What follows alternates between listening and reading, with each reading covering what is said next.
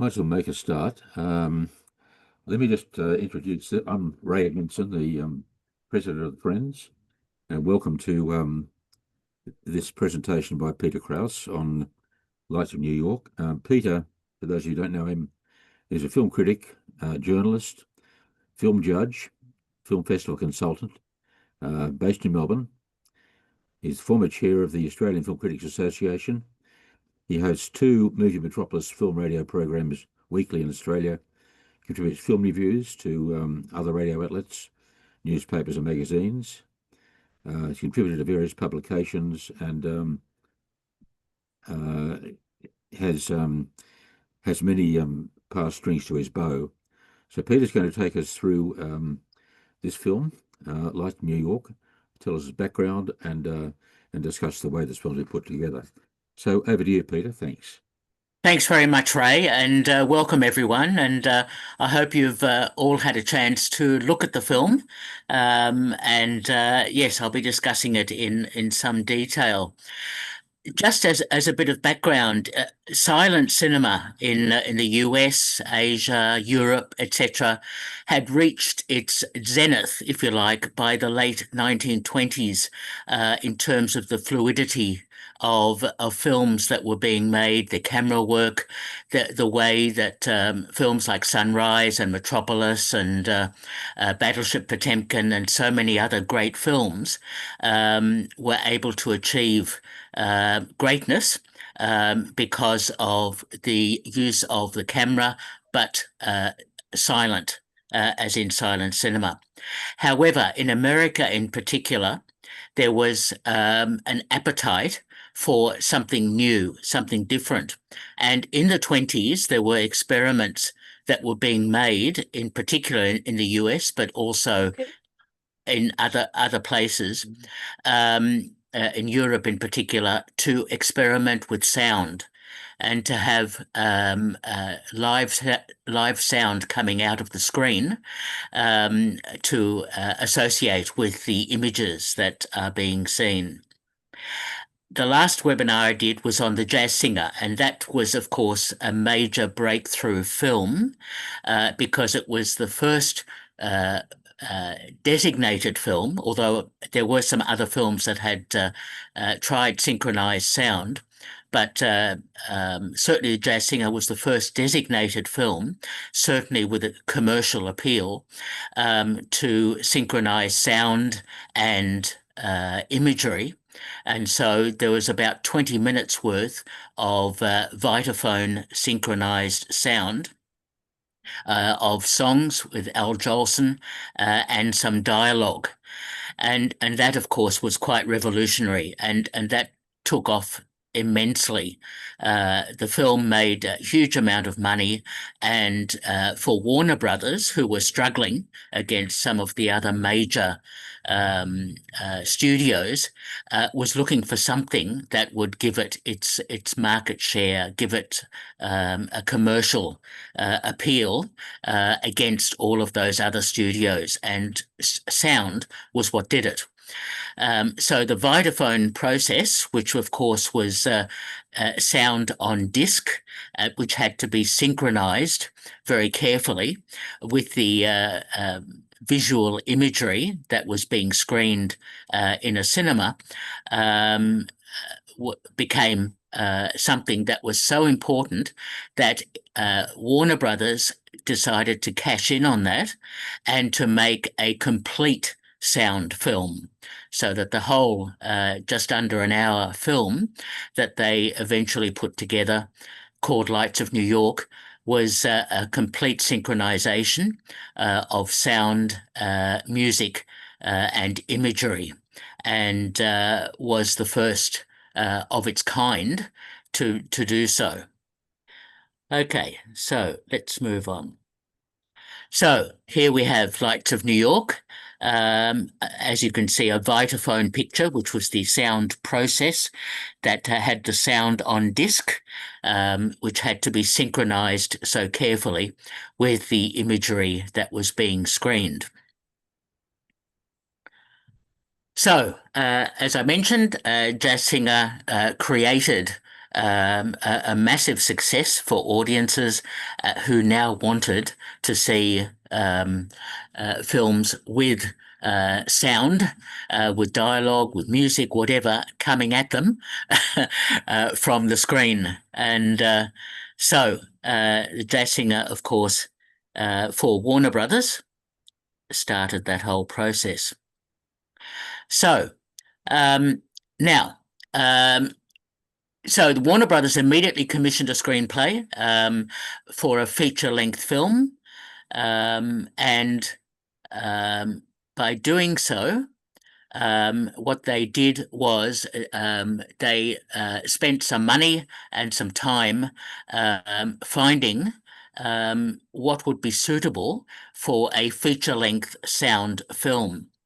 Initially, Lights of New York was a two-reeler, in other words, about a 20-minute film with a small budget, because Warner Brothers still was having financial difficulties, even though money was starting to come in because of the jazz singer.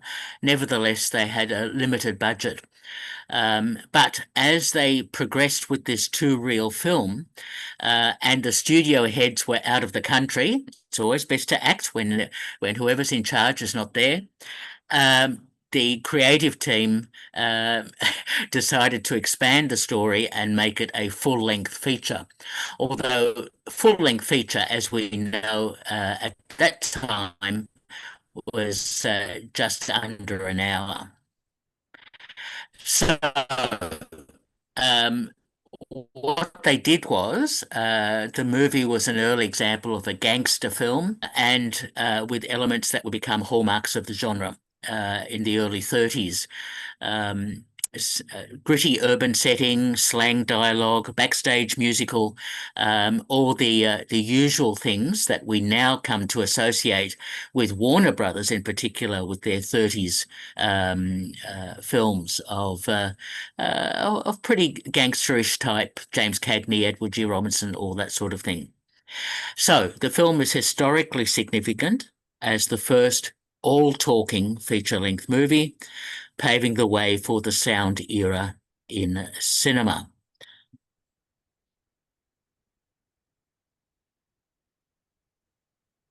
Now, the film was written by Murray Roth and Hugh Herbert. Hugh Herbert was actually a comedian at the time, and Murray Roth, directed by Brian Foy, had a budget of $23,000 and ran for 57 minutes. So the equivalent of that budget in today's money would probably be around about, $300,000, something like that, which of course was a pretty heavy amount of money for Warner Brothers. Who were still, as I mentioned, struggling financially, although, of course, all of that would change in the subsequent years. The film was released July 6, 1928. There was a lot of interest in the release. Here is the first all-talking sound film, not just the snippets that we got from a jazz singer, and then was given a wider release in cinemas across the US on July 21st, 1928. And the film eventually grossed over $1 million, which today's equivalent would be roughly $10 million in equivalent money, which was phenomenal, absolutely phenomenal at the time. The film starred not a massively well-known cast: Helene Costello, Cullen Landis, Wheeler Oakman, Eugene Pallette. Eugene Pallette would actually go on to do some good supporting roles in the movies in the 30s. The plot looked at some bootleggers and the whole issue of alcohol and speakeasies and so on was a hot topic at the time, trying to stop people from drinking alcohol and selling it illegally. So that in itself was an interesting part of the plot device. A murder, of course, you've got to have a murder. 2 musical sequences. You also must have music in the film, and crime story and a romance. All of that in 57 minutes. Goodness sake, films today take 2.5 hours to do the same thing. Now, despite the subterfuge in expanding the initial two-reel film to feature length, it was eventually approved as the Warner Brothers, when they returned from their overseas tour of Jazz Singer, knew that they were on a winner here and that it was best to approve this film and release it.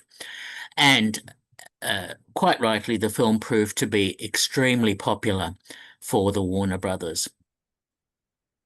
Now, critical reception of Lights of New York was quite cool. Critics of the time, New York Times Review as an example, acknowledged the film's place as the, I like the term, the alpha of what may develop as the new language of the screen. Yes, they could see that sound film was going to be critically important in cinema and for audiences, but they did call the plot crude in the extreme. Now, if you've all had a look at the film, you probably would agree with that. And the direction wooden, yes, it was. It had to be. Because of the way the film's sound had to be created with a microphone that was always locked in position, and so it was very difficult for a director to move the camera at all, if at all, only singling out the musical interludes for praise. Ordinary cast and production, reported Film Daily. Discard the talking element and it is just a second-rate melodrama. Variety was even more harsh in its dismissal, labelling the production hokumed junk. Critics of the day were such fun. In a year from now, everyone concerned will run for the river before looking at it again. I think you could say they were all pretty much wrong. But that was the critics' view at the time. Oliver Claxton of The New Yorker also panned the film. It would have been better silent. Would have defeated the purpose of the film in the first place. And much better unseen. Talking films have not even progressed to their infancy yet. Bad as it is, though, the film shows what I have been very reluctant to believe, that audibility will be a great help to the movies. So he did understand that sound film was going to be a revolutionary thing, and that obviously people will flock to it to be able to hear and see a film. The criticism did not keep audiences away. They flocked to it. But demand may have been driven more by the novelty, of course, first all-talking feature film than the film's dramatic qualities. A preview engagement in California resulted in lines around the block, and the first week's gross at New York City's Mark Strand Theatre amounted to $47,000, which would be close to $500,000, which is incredible in today's money. Upon nationwide release, the film grossed $1.2 million, which again, as I mentioned, is about 10 million in our money, making the film a box office success. According to records at Warner Brothers, the film earned $1.160 million and 92,000 in other markets. Now, one of the big issues for Warner Brothers was getting the film out to many more cinemas. And the problem was the synchronization of the disc, the recorded discs, and the visual imagery, the film itself, was very difficult for some theatres to get right. And so it took a while to roll out the film and to train up projectionists and various cinemas to make sure that the film was synchronized properly, and that it didn't become a laughingstock if it went out of sync, which would always be a potential problem for this situation where you have a disc that had to be paired up with the visual imagery. There was an alternative review that was published more recently. Lights of New York doesn't get enough credit. think about it. When you ask the average person what the first talking film is, they automatically say The Jazz Singer. And yet that film was predominantly silent, with two brief talking lines improvised by Al Jolson, and of course there were some songs that were synchronized as well. It was The Lights of New York that became the first all-talking picture. Yes, they could have picked a better story to make as their first talking picture, and yes, the story is thin, but none of that changes its true historical significance. And that's the important part of the film, its historical significance. It's not even, surprisingly, on the National Film Registry, which I'm hoping that will change in the US because the film deserves that recognition. Also, if you watch it, it kind of debunks a few of the myths about early sound films. The hidden microphone is only obvious in one scene. So eagle-eyed people out there who saw the film, I'm sure you were looking out for the microphone and whether you could see it when a character's awkwardly talking in front of a telephone. He's not on the phone. And while the acting is melodramatic, they aren't waving their hands around. So it doesn't have that exaggerated sort of acting that we've come to expect from early silent cinema. In fact, it was New York stage actors who used over-exaggerated movements because they were unaccustomed to acting on film. Okay. The film and the Vitaphone soundtrack still survive in complete format.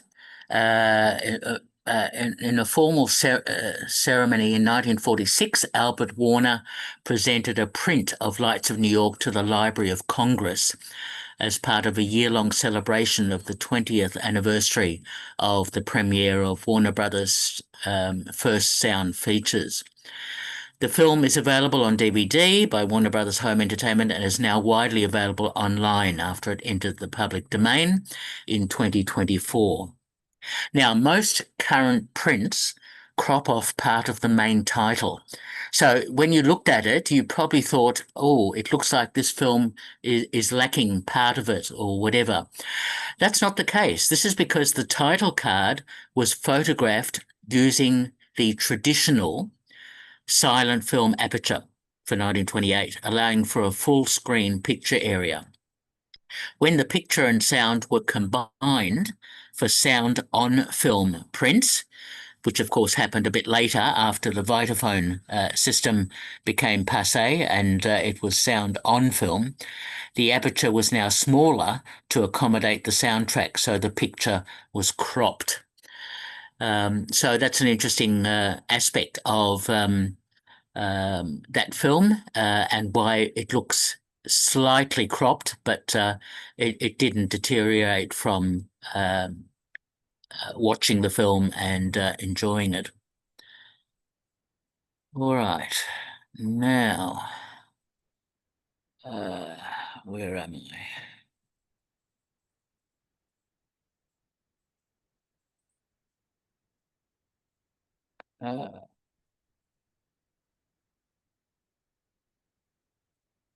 Okay, Brian Foy was the director of the film. He started in showbiz as a vaudevillian, touring nationally for 10 years as one of the Seven Little Foys, which in fact was the title of a film in the 50s about the Foys, which I think starred Bob Hope, if I'm not mistaken, the Seven Little Foys. He left the act in 1918 to embark on a solo career in Hollywood, at first devising gags for Buster Keaton, then filming two reelers at Fox. In 1927, he began his long association with Warner Brothers, where he produced the first all-talking feature, of course, Lights of New York, at the cost of a mere $18,000. I think that was his salary. The film, shot in just 8 days, grossed well over $1 million, as I've already mentioned, and contributed to Foy being promoted head of the B unit. So under his sobriquet or title, Keeper of the Bees, Foy turned out as many as 26 pictures a year for the next 2 decades. Some were prison films, such as Crime School with Humphrey Bogart and The Dead End Kids. And another winner, it cost 210,000 and returned 1 million, not to mention reissues. So he had the Midas touch in terms of making these B movies that were very popular. Much of Foy's other output consisted of thrillers like the Torchy Blaine series or its juvenile counterpart, Nancy Drew. By the mid-30s, Warners were also competing with RKO and Columbia in the B Western Stakes, turning out a series of OTAs, I love that term, starring Dick Foran. After a spell at 20th Century Fox, beginning in 1942, which took in some of the last films made with Laurel and Hardy, Foy returned to Warner Brothers to produce the most popular film associated with his name, the gimmicky but hugely enjoyable House of Wax in 1953, which in the early 50s, 3D was reasonably popular. I mean, you've got films like Dial M for Murder. You've got so many other films that were shot in 3D in 53, 54, and using Warnerphonic sound, not the old Vitaphone disc process. House of Wax is probably most familiar, apart from being a horror movie with Vincent Price, to have things thrown at the screen at on a regular basis. And it was so funny to see how many times the audience would duck when it had things thrown at it. Almost like when the Lumiere brothers had a train approach the station in 1895, and audiences watching that silent film would duck because they thought the train was about to plough into the cinema. Anyway, so Brian Foy was actually quite a popular director. The director, André de Toth, was blind in one eye and thus unable to fully appreciate the fruits of his labour. A year later, Foy produced House of Wax, produced another 3D low-budgeter, which featured the same combination of Vincent Price, etc., The Mad Magician, and that was just about near the end of the 3D period at that time. Wasn't as good as House of Wax, but still provided some good entertainment. Foy's last film as producer, he then turned producer. He turned producer significantly after doing all those B films, was the much criticised JFK biopic PT 109 in 1963. So he had a really long career as a director and then producer, Brian Foy, after which he decided to call it a day. He received little praise from the critics during the course of his career, which to some extent is a surprise, a source of some bitterness on his part. He remained proud of his little pictures and their proven record at the box office. All right. Now,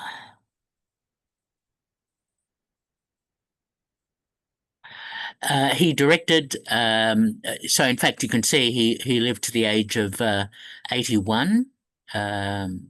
And he directed 97 short films and features into the 60s, as well as producing 255 films, which is quite incredible. He did receive an Oscar nomination for one of his films, for producing the Best Documentary in 1951, a hot topic at the time. I Was a Communist, for the FBI. And that was such an interesting aspect of the McCarthy era and the anti-communist situation in the 50s, which, of course, the House Un-American Activities Committee and McCarthy were well into. Okay, and you can see just some examples of some of the other films he directed shortly after Lights of New York. And had a significant and represented a career that perhaps deserves to be recounted in a documentary, which would be good to see someone do that. All right. So here we have Lights of New York, the first all-talking picture. You can see the visual promotions and so on for the film. And it made a significant amount of money for Warner Brothers. Now, Warner Brothers in particular, most of their films in that period don't survive, which is quite amazing. So after Lights of New York, Warner's released all of these films, all talking films with synchronized sound in the Vitaphone process in 1928-29, but they're all lost except for one. Which is quite incredible and very sad because it would be nice to have seen the development of these films, The Terror, Hometowners, On Trial, Conquest, Stark Mad, to see how they evolved with of course, the microphone that had to be stationary for the Vitaphone process and disguised as well. The only film that survives of that period was The Desert Song, not surprisingly a musical, from March 1929, which also featured some very early Technicolor sequences, which of course didn't come to the fore until 1934. I think Technicolor came in properly with Becky Sharp, 34, 35. Anyway, so this heralded the sound film production ramping up considerably, though, moving to sound on film strip, which by 1929, 1930 became the process that was used by all studios, because of course the Vitaphone process was really difficult, clunky. Um, Oftentimes there were asynchronous projections in some cinemas and complaints. So Movietone and other sound on film processors heralded the real development of sound on film, which made it so easy for cinemas to project any film with sound. So there's the address again to have a look again at Lights of New York, which is probably the best version that you can see at the moment. And there you have the significance of Lights of New York.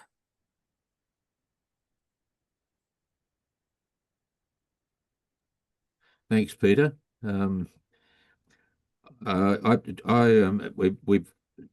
We can now open for questions and discussion.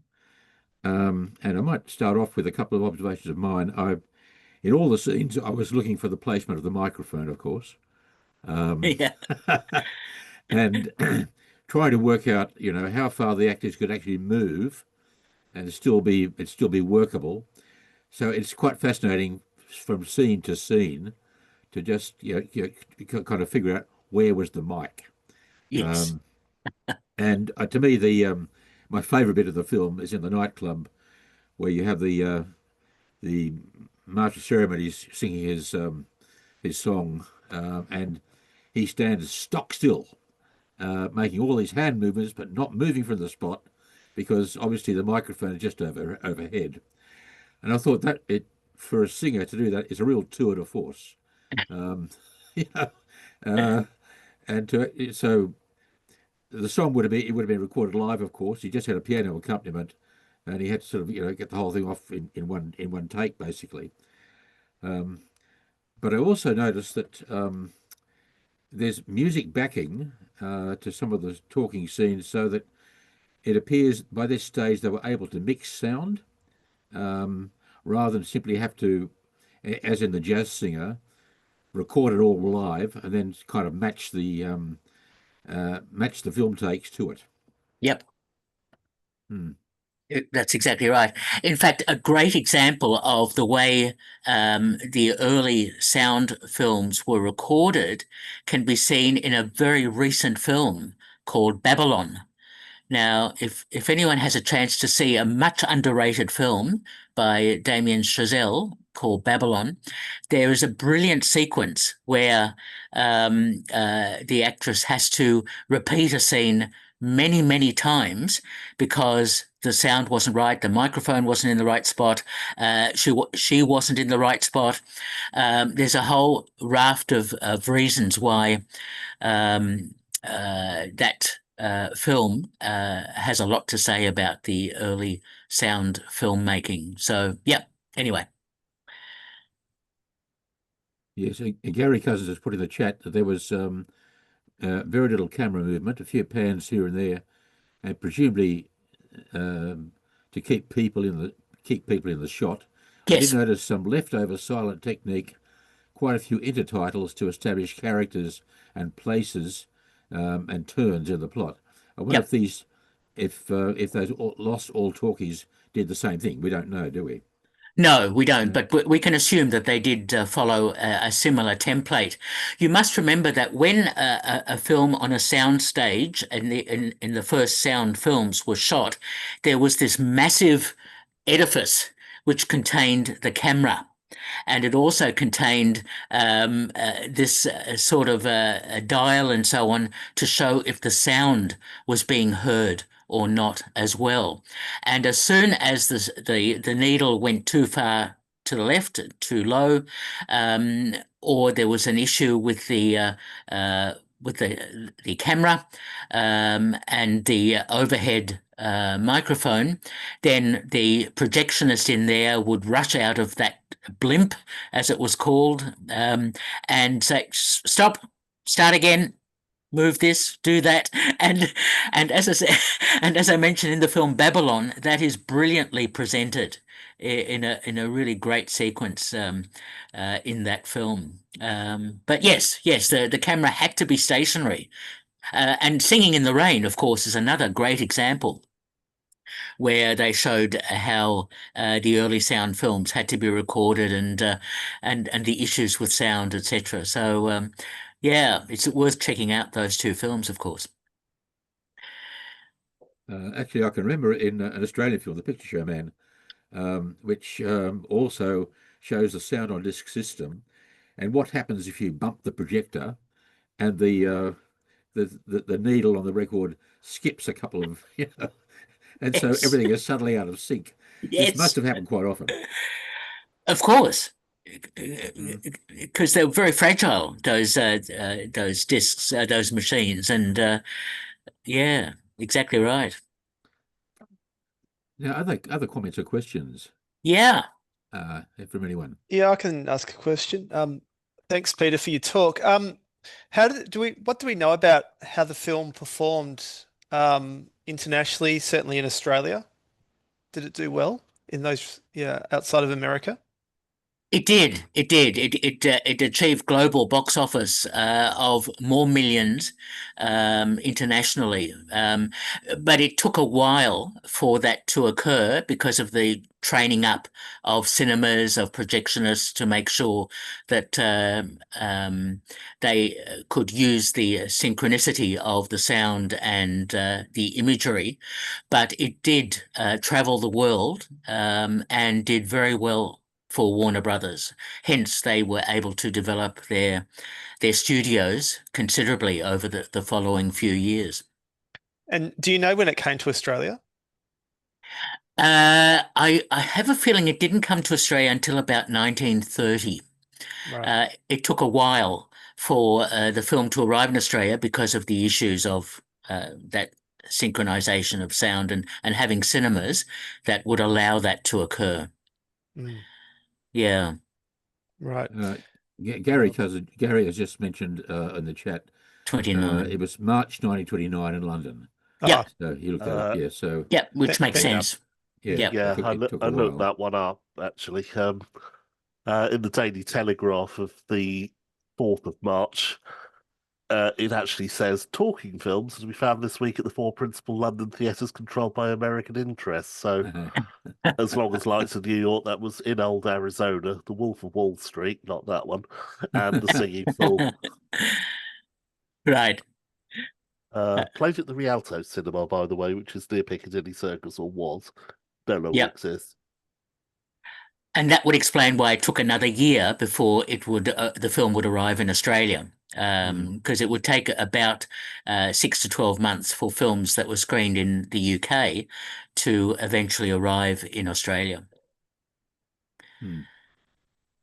Interestingly, Peter, the top film of that year was The Singing Fool, Al Jolson film, Yes, which demonstrates just his star power. Like clearly he was a marquee superstar of the time. yep, Because a lot of people talk about the jazz singer as for what it was is why it's so successful, but it's also because it had starred Al Jolson. Yeah, exactly right. yeah. But yeah, he came into it slightly later with the all talking films. So, but yes, Al Jolson, extremely popular entertainer, and it's interesting in the 40s when they made a biopic of him, the Al Jolson story, and so on, with Larry Parks playing Al Jolson. There started to be a little bit of a backlash about the whole issue of blackface, which of course developed later on. But anyway, yes, Al Jolson. So, why is the plot so panned? It seems typical Sona. It's true. Thanks, Sue, for that comment. Why is the plot so panned? Probably because it had the typical gangster musical behind the scenes, bootlegging, all of that sort of thing. Because it already started to become passé. Until you had the more mobile sorts of films with James Cagney and others, Little Caesar and so on, where they were more violent, and they were able to portray stories in a stronger sort of way. It was a throwaway plot. Don't forget, it was meant to be a 20-minute film, and it was rewritten for 57 minutes, and it was just so. It was done everything was done in a hurry so that Warner Brothers could cash in on the first all-talking film. So, but looked at today, of course, we can look at it with somewhat different eyes. And too long, too short? Yeah, I'm not sure if that was the issue in itself. Yeah, not enough pace and excitement because the camera had to be anchored for pretty much most of the time. It lacked that fluidity of cinema that silent cinema had reached by the late 1920s. So, yeah, that's probably the main reasons why. Ray, what would you like to say any more about why it was so panned? No, I don't know. Well, I don't know why it would be so panned. I think as Sue mentions, it seems a typical silent plot, but when it's turned into a dialogue film, it moves at a different pace anyway. Yeah. If you're watching a silent film, you're watching the titles and you're making up the voices in your head, and your imagination is at work, and so the plot works rather differently. When it's spoken, it's a kind of different relationship with the audience, and so if the plot's not working fast and quickly, it kind of drags a bit, and there are scenes that are very slow here, when the dialogue is very deliberate. So Yeah. the rhythm is just different for a silent film. There's a scene towards the end of the film, which I think is probably the first time this cliche was used, where the boss says, "Take him for a ride," and the gang members say, "Oh," Yes. and this sort of turned up later, I'm sure was used many, many times. That, I suppose, is the first time it appeared in a film. Yes. So there are these gangster cliches. Yeah. Yeah, and they become cliches because you can hear them rather than just seeing them in titles on the screen. Yes. There is one other aspect that I should mention. Cinemas at that time were installing sound systems, and some of the cinemas had very clunky and very poor sound systems. And so For some people, even some of the critics, they would have perhaps found it difficult to follow all the dialogue in the film, as well as it being quite rigid insofar as you say, Ray. So, yeah, it took a few years before cinemas were able to tool up properly with their sound systems, especially with the sound on film being able to be much clearer when it was heard in an auditorium. Yeah, also in Australia, there was a lot of because Australian theatres and producers didn't want to or couldn't pay the royalties to American companies to use their systems. Then we had homegrown solutions of various kinds. And this is also for productions and also in the cinemas, so that in the 30s, a company called Rakephone turned up and provided the sound system for the theatres, equipped the projectors and so on. And also many cinemas, you would have a silent projector with a sound system added to it, bolted on. You didn't just throw the old projector out; you had to use the one you had, and then you add a sound system to it. So there's all this kind of retooling that went on, and some would have worked better than others, I think. Yes, Yeah. exactly right. Yeah. Yeah. Okay. Any more questions? I'll make one comment, Peter, about the Yeah. you mentioned that the main title, you see it's cropped at one side. Cropped. Yeah. Yes. And this has certainly been Australia been a preservation problem, because many films were copied through sound projectors, through a sound printer, and so the top and bottom and left-hand side of the image would be cropped. And so many of our surviving silent films in Australia were copied in this way, and so the picture is off-center, and sometimes, since the shots were tightly framed, you have the top of people's heads being cropped off as well. That sort of thing happened. But it's a pity that that's the way some of these films have transitioned, and available now, where you have the image thrown off center and cropped because the image was shifted to one side to make room for the soundtrack on the film strip. Yes. Yeah.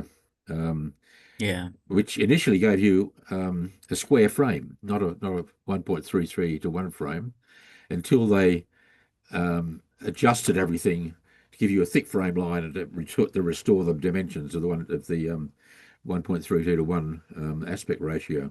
But that took a couple of years to happen, and so Yeah. this is all part of the transition to sound. It is. It's such a great shame. I mean, we've lost so many silent films over the years, but to also have lost so many of the early sound films, especially from 28 to 1930, because there were so many films being made by all the studios, especially when they were transitioning to sound on film, that it would be so interesting to for someone perhaps to try and research if some of those can still be found and discussed and put into some sort of research project or PhD or something like that. Yes, it is a fascinating period, and when one well, many of the films are lost, but when you can look at some of the surviving ones that were originally films that start off as silent films, and then the studio figured, well, we'll have to make it into a talkie. So they made the silent film, they add some music to it, and they plug in some dialogue scenes sort of willy-nilly to make it into a talkie. And so it completely destroys the rhythm of the film, but it means they can advertise it as a talkie film. And audiences seem to want to see this. They wanted to see sound films, Yes. even if they were quite badly made. That was their preference, rather to see a good silent film. Exactly right. Well, television hadn't been invented yet or anything like that. So going to the cinema to see the screen talking at you is quite a revolution at that time. Yep. Yeah. Wow. So, other comments? Okay, it's to me it is a fascinating period. In Australia, we've lost a lot as well. our transition to sound. There was a film called Fellas I think in 1929, 1930, which starred Arthur Towshett, who was also played the sentimental bloke. That's a lost film, and it had music. I think there was sound in the last reel. We do have some surviving curiosities. An entrepreneur called Dick Harwood made low budget films in the 30s, and his first film, Out of the Shadows, doesn't survive. He then made a pair of other films called Isle of Intrigue, and I forget the title of the other one. It was Spur of the Moment. Spur of the Moment actually survives. It's a four-reeler, extremely clunky, but it does survive. And the early films of Cine Sound and so on. The first was in 1929, the first documentary, and sound newsreels came 29 to 30. There you had movie tone. That's where the movie tone system comes in, but again, the theatres had to retool and adapt, and that was extremely difficult for many of them. Yes. Yeah. The most important curiosity to me is Showgirl's Luck, which does survive.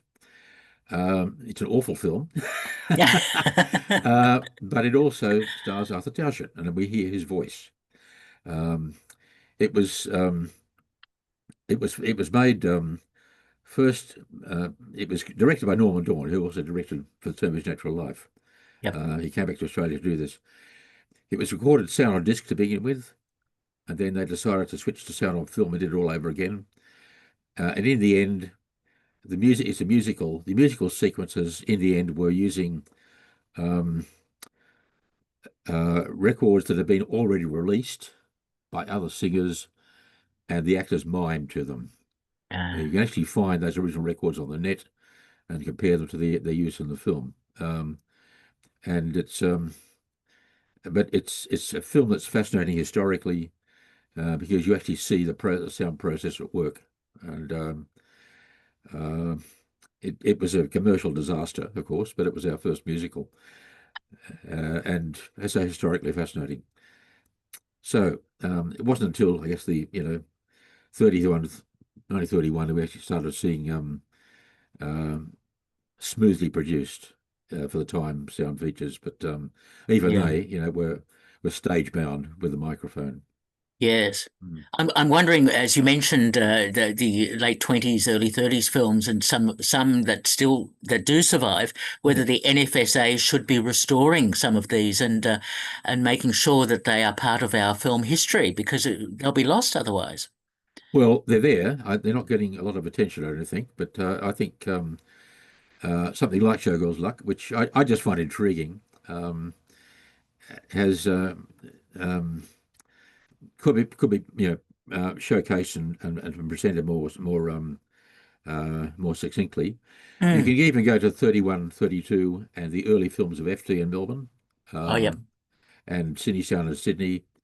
FT, run by Frank Thring Sr., seems to have had enough money to actually buy an American sound system. They bought RCA, the RCA system. Cine Sound had to invent its own system. And their first talkie program was, I think, Pat Hanna feature Diggers, with a supporting feature called The Haunted Barn, and an introduction by a politician, by Frank Ford, which I think we've used it in past webinars, where he gives a very political speech to introduce this first talkie program in a very politician-like manner. It's a matter that's sort of out of date now, but he talks to camera and says, and finally, in conclusion, twice, and congratulates Frank Thring and says, it has great promise. Australia can make 50 feature films a year. They cost £5,000 each, and so on. Well, we never quite managed to do that. and send them to the world. So so these films, they did, all of the FT films did survive, and Yeah. all of the Cinetone features survive as well. Yeah. Yeah. So there's that's an era to be discovered, or rediscovered, Yes. because the films are there. Well, 4K digital restorations of many of those films would be ideal because Absolutely. Yeah. our history is just so important and it's just neglected. So the Friends will be presenting a screening of one of the Cinetone features in Arc in November. Mr. Chedworth Steps Out. Oh. That's from 1939, of course, where the films were far more sophisticated by then. But Yep. the earlier ones, no, they're not so visible. Right.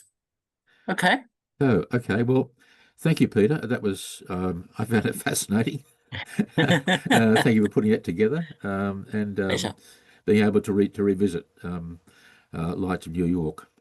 And I do recommend to everyone to go back and look at that nightclub scene again, and that singer with his sort of static song. And follow Okay. that microphone. Yes. Follow the microphone. Look for it in all the scenes.